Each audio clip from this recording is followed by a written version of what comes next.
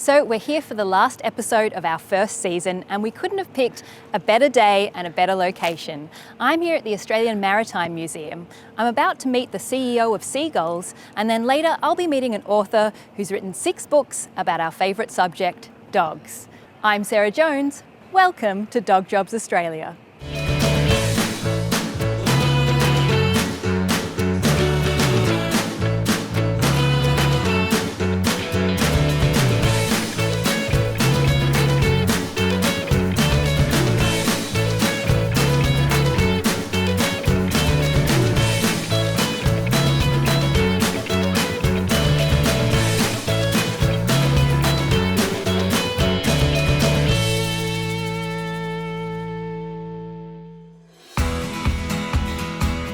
Over the last 7 episodes, we've gotten to know a bunch of lovable dogs.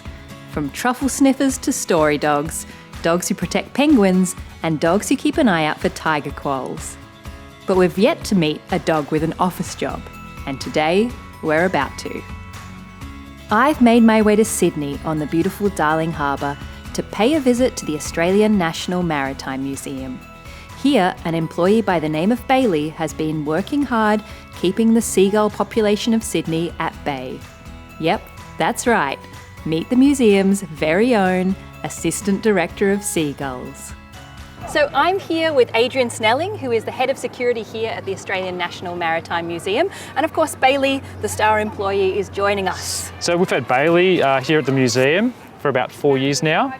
Bailey was a rescue dog from Australian Working Dog Rescue, and we brought Bailey on board for seagull chasing. Fantastic, and that was your idea, I believe. It was. So we've tried a number of initiatives to stop the seagulls from landing on our vessels. Yeah. And I did some research into that, and we found that the Canadian airports were using dogs to chase seagulls off their runways, and we thought it would be a good idea to try something different and something that's environmentally friendly. Yeah.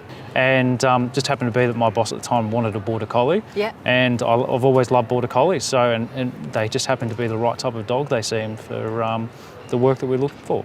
And Bailey's a rescue, that's right? He is, yeah. Australian Working Dog Rescue helped us with Bailey. I got in contact with them, and they happened to have Bailey in foster care at the time. He'd been looking for an adoption, and he just worked out perfectly for us. He loved chasing birds already, and that's what the foster carer said. And it worked out straight away for us. And seagulls, why are seagulls such an issue here at the museum? So we've got a number of heritage vessels, and obviously the paint on them, the bird's poo, takes the paint off. Yep. There's a number of ways of cleaning it, but obviously, if you can stop the birds in the first place from landing on the vessels, then you don't have that cleaning issue. So cleaning issue, chemicals with the harbour, and also just the time it takes for staff to be doing that. And WHS issues, so work health safety issues with bird poo on the wharves and a slip hazard, and the amount of birds we had was causing a lot of issues with all that. Right. So you tried a few different tactics before Bailey came along? We did, and he seemed to be the best tactic in the end. But yeah, like high pressure washing and things like that was just a constant. Yeah, I know you had CDs at we some did, point, doing a bit of reflecting. So the CDs, the fake birds like eagles, lasers, sprinklers, all different things to try and stop the birds from coming here, but they would stop for a little while and then come back. So yeah, I'm sure a fake bird is no comparison to a real dog. No, that's right. That's right. And I believe that Bailey actually stays with you quite often. Is that right? He does. He's part of the family, and my kids absolutely love him. Spoil him rotten. So Bailey's not working right now, but he's still got half a mind on the job, right? We can see him checking out the seagulls as they fly by. He does. He doesn't stop. Not only seagulls, but rainbow lorikeets or any sort of birds.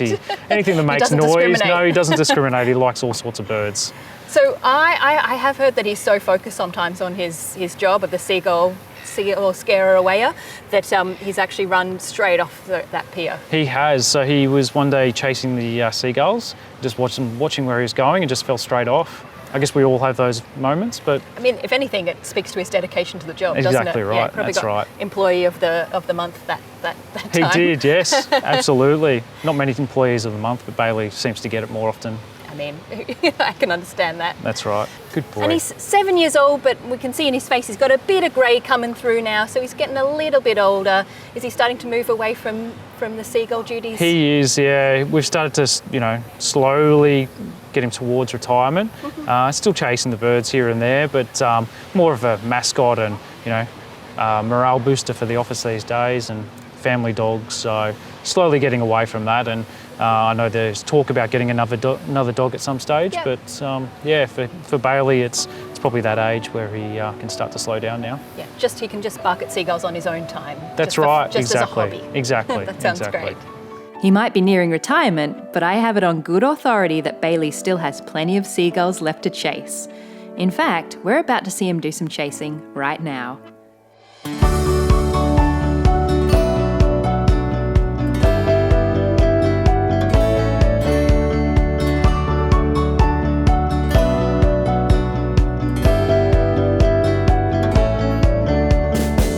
Bailey's official bio states that he has a love of life and a fierce suspicion of seagulls. Don't we all?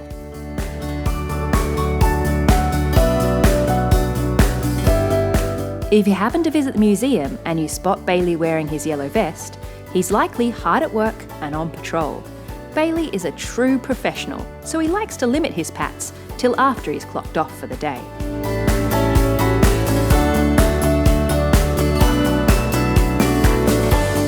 Not only does Bailey keep the seagulls at bay, but he also works pretty hard improving the working lives of his many colleagues. That includes his best workmate, Mona. I'm here with Mona Hussain, who's a Client Services Officer here at the museum, and I hear that you have a really special relationship with Bailey. I like to think so. I first started working here a year ago, and I was just walking in the front of the museum, and he was with a security guard, and it was love at first sight. He rushed up to me almost like a high five, and since then I've been taking him for walks on my lunch break, and me and Bailey are friends. That's wonderful. Great affinity for animals generally, but Bailey is a special friend of mine. So I hear that you actually have several cats. I do, yes. I used to think I was a cat person. I have 4 cats, and we've had pets before. I never owned a dog personally, so he's my surrogate dog. Right, so he's the first dog you've had that really strong That's right, me connection personally. with. Yes. That's pretty magical. I like to give him little massages. Like humans, he gets stressed, so little massages here, and it sort of makes him less stressed and happy. And I'm sure that stress relief goes both ways at the office if you're having a hard day. That's right, to go take him for a walk in the fresh air with the beautiful surroundings we have at the Australian National Maritime Museum. We go to the park, and if he sees a stick, he's away. He just loves sticks. He's happy to roll around in the grass, and same here. Not that I roll around in the grass, but I'm happy to take him for a walk there. So you're not involved in the actual training of Bailey and taking him out to chase the seagulls? Are you mostly the fun side of things? I'm the fun side of things, that's right. I get the best part of the job. Opportunity. That's right. I do give him treats. He does like his little chicken sticks. So I guess you can call me the treat person. Oh, in charge of treats. That's right. For the CEO of Seagulls. That's right, and chocolate for humans, so they know where to come. So I noticed when we were watching Bailey work, and obviously Adrian was there handling him, the reward was actually a bit of playtime, whereas it sounds like the food sort of comes in at a later point. I think at the end of the walk I'll give him the food, and he dribbles. Funnily enough, the first time that I took him for a walk, he walked into the museum. It was as if he was introducing me to people and the museum. And then subsequently he would take me to the park thereafter. He sort of avoids the museum. One time we were walking near some bushes, and he just stood there looking at me. And then I finally got it 5 minutes later that he wanted me to turn the tap on for water. Right. Because he does not actually drink water from a bowl. He actually drinks from the tap. He wants it to be fresh. He wants it to be fresh, that's right. And so he was looking at me as if, are you a silly human? Don't you know what I want? But no one told me. But yes, he's extremely clever. So you had to sort of learn Bailey's language. Exactly, that's right. He has his own communication. So Bailey's been working at the museum for a few years now. Does he have an official title here? That's correct. He is officially called the CEO of Seagulls. Amazing. And he's actually on our payroll. He's a staff member. Fantastic. There's not many other people that could do the job as well as him, I think. I don't think so.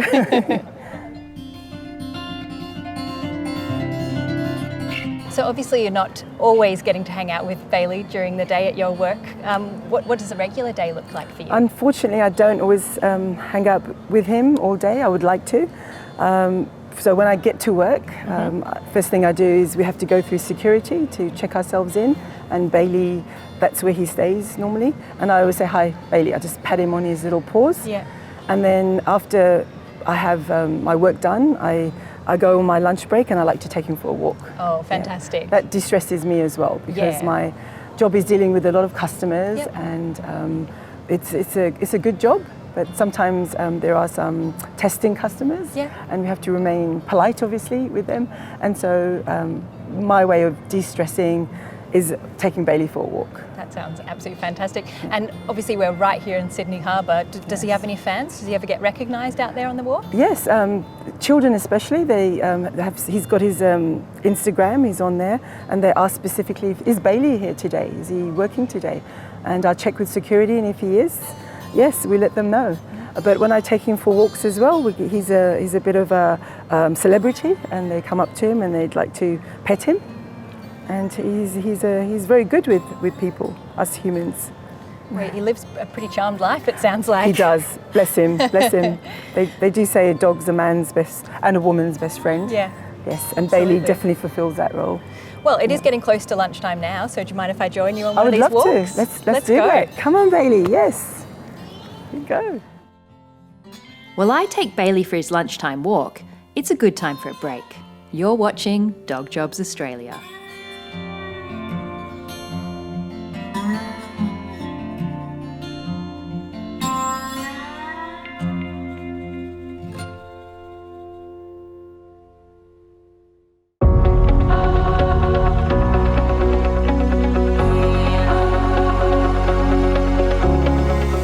We've been catching up with the legendary Bailey at the Australian National Maritime Museum in Sydney.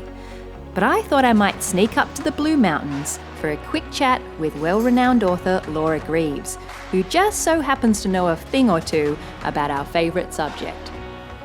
So I'm here with Laura Greaves, who is a wonderful author who has written, I think, 6 books now, all about dogs. That's right, working on my 7th. Fantastic. And this was of particular interest to us because obviously our series has been all about dogs with jobs, and one of your earlier books was Dogs with Jobs. That's right, I think it was my 2nd book. Yep, Dogs with Jobs. Yep. So how many dogs, do you remember how many dogs you feature in this particular one? I think there's 15 stories in that one. Right. Yeah. And that's sort of the format for your books. You do a selection of different dogs? That's right, yeah. I find dogs from all over Australia and all around the world who best illustrate whatever the particular theme of that book is. So this one, as the name suggests, is all about working dogs, but not just the kind of working dogs that we have come to know and love. So not just sniffer dogs, not just detection dogs or police dogs, military dogs, although those dogs are in there. But there's all kinds of interesting jobs in there. So there's a tiny little sausage dog that runs ultra marathons, for example. Incredible.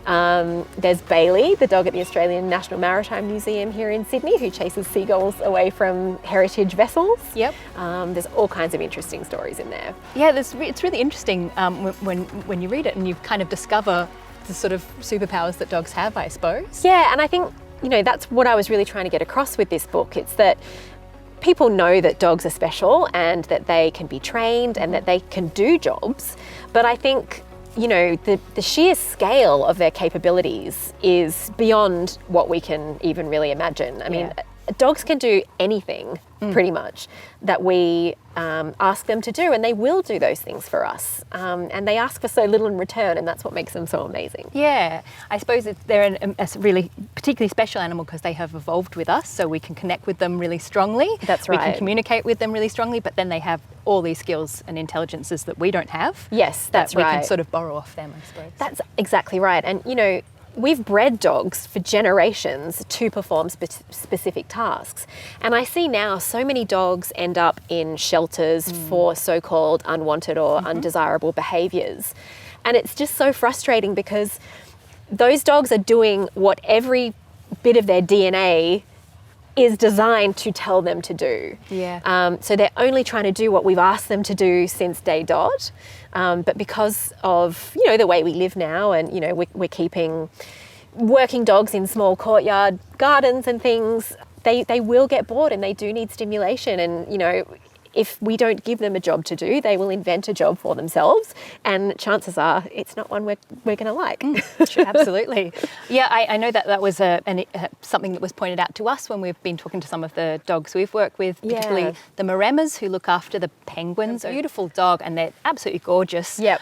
But there is a bit of an issue when people see a dog like that and think that's exactly the breed I want to get. Yeah. But they can't really give them the lifestyle, the stimulation that they need. That's so true. I mean, it really goes to show how important it is to really research what breeds do, what they're for, what they've historically been used for. Because Maremas, to take, you know, one breed as an example, they don't really want anything to do with people. Nope, they want to do their job and look after the animals. They want to be out there doing their thing. I had a pair of Maremas in one of my earlier books, who live on a farm down in the Southern Highlands and protect the livestock there.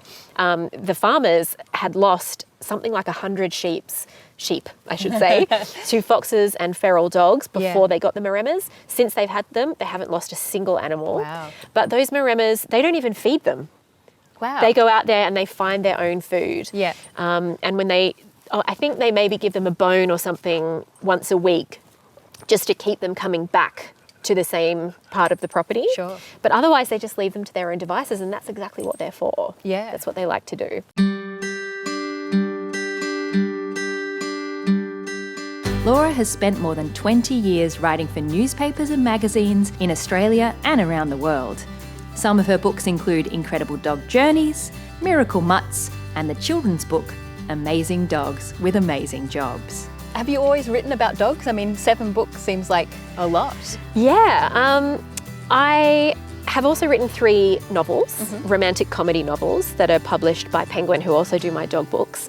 And those are, of course, about people, but even they all have, fairly comprehensive casts of canine supporting characters, if you like. So my 3rd novel, for example, is about 2 vets. Yeah. So there's lots of dogs in that one. Well, I guess that's the benefit of interviewing so many different dogs and dog owners. You've got this comprehensive character profile to draw from. I do, to an extent. And also, my background is in journalism. Okay. And I did actually used to be the editor of a dog magazine. Yeah. So people often ask me how I find the stories in my books. And one of the ways is through all the contacts that I've built up over the years, through being a dog lover myself, but also working for the dog magazine and just getting to know a lot of people in that kind of dog world. Laura has won the Dog Writers Association of America's Rio Award, which recognises the best book about a dog that has impacted a human's life in a profoundly positive way. And not just that, she's won it twice. How amazing is that? How is it that you first started writing? What's the story there? Well, I've been writing literally for as long as I can remember. I mean, I remember 4, 5, 6 years old, scribbling stories, scribbling poems. I just always loved it, and I always wanted to be an author. And I've always been dog mad. I've had dogs my whole life. And then when I was about 10, for Christmas, I was given my own dog. The first dog, he would be a family dog, but he would be my dog. His name was Robbie. He was a West Highland White Terrier. So cute. Absolutely gorgeous. But he only lived a year, and he was run over and killed. And the person that ran him over didn't stop. They just left him in the street, where he was found by my elderly grandfather. And very sadly, he couldn't be saved. So of course, 10-year-old me was absolutely heartbroken. But beyond the devastation and the sadness, I was furious. Yeah. I was absolutely livid that anybody could be so callous as to hit a little dog and keep on driving. So I did, the only thing that was available to 10-year-old budding author me, which was I wrote a letter to the editor of my local newspaper to share my anger. This was in Adelaide, where I grew up. And my letter was published, but not only was it published, the editor of the section actually rang me up to say how sorry she was about Robbie and how moved she'd been by my letter. So it was really a very formative experience in my life. It was, of course I would have preferred Robbie to live to be 15, but it was the first instance or the first time I really understood not only that words were powerful, but they could move people. They could affect someone's feelings.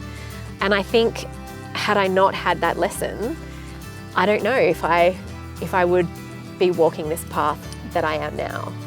So I have Robbie to thank for that in a, very sad, bittersweet sort of way.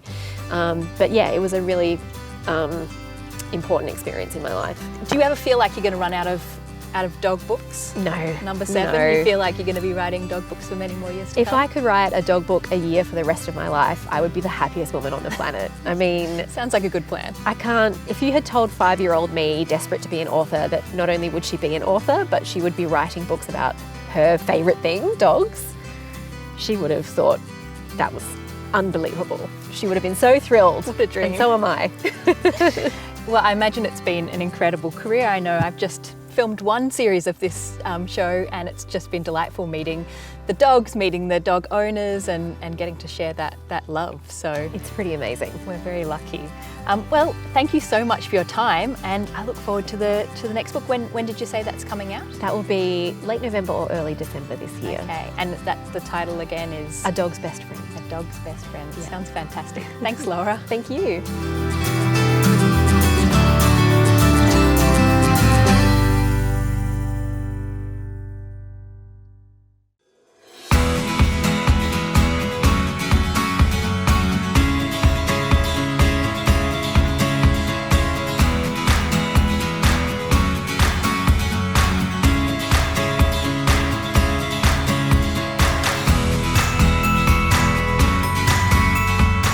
Bailey has become quite the superstar over the years, and the museum's brand and marketing manager, Jackson, knows all about it. So, Jackson, you've been working here for 7 years, so you knew the time of this museum before Bailey. Yes, I was here before Bailey. And what was that like? Oh, look, it was a great place to work, but people didn't have a spring in their step like they had now when Bailey has become a very special member of staff and probably the most popular team member. Yeah, you can't. I guess you can't be too jealous that he's the most popular one. Yeah. He's very charming. He is very charming, and we're lucky to have Bailey on board. The place is full of concrete and boats all have stories to tell, but I think Bailey brings out the softer side in all of us, and obviously has a unique role here to clean up the wharves and keep the place looking nice, but I think he's become much more than that. He's the most popular team member. He's always reliable. He has endeared himself to not only the visitors and the volunteers at the museum, but also the staff, and many of whom take him home. He's become a great lunchtime buddy for those of us that having lunch alone that might want some companionship. Yeah. So he's a wonderful addition to the museum's team. And it sounds like he's slowly sort of shifting towards retirement, moving away from a lot of the active seagull chasing, being almost more of a mascot for the museum. Yeah, that's right. So Bailey's getting on in life now, I suppose. His hard work is behind him, and I think he's looking forward to the fruits of his retirement.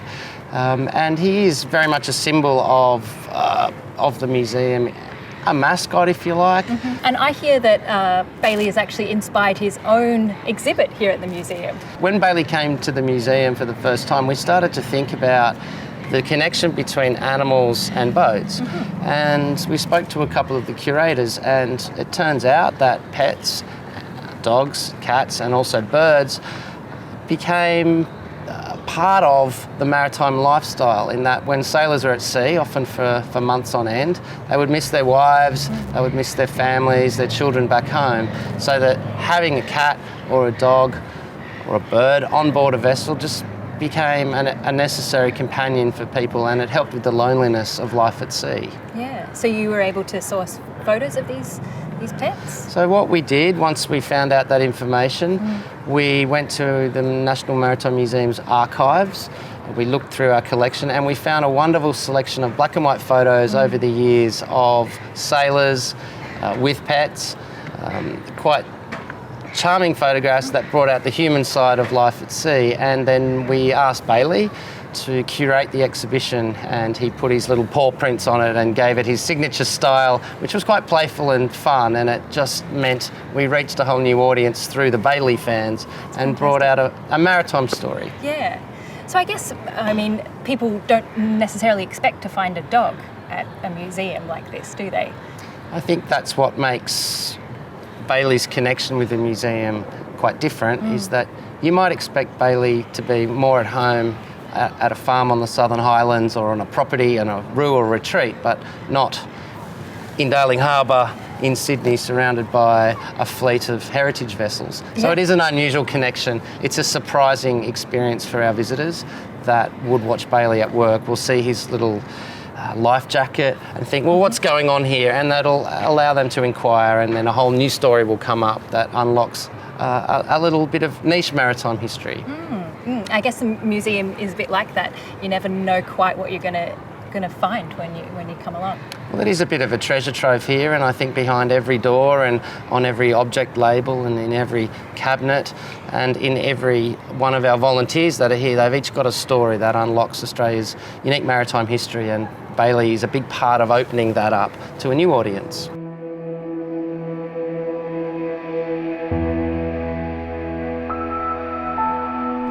Well, that brings us to the end of Season 1 of Dog Jobs Australia. From penguin protectors to truffle hunters, it's been a delight to bring these talented dogs to your screen. Remember, if you've missed any episodes, you can catch up on our YouTube channel. And hopefully, we'll see you next season. See you then.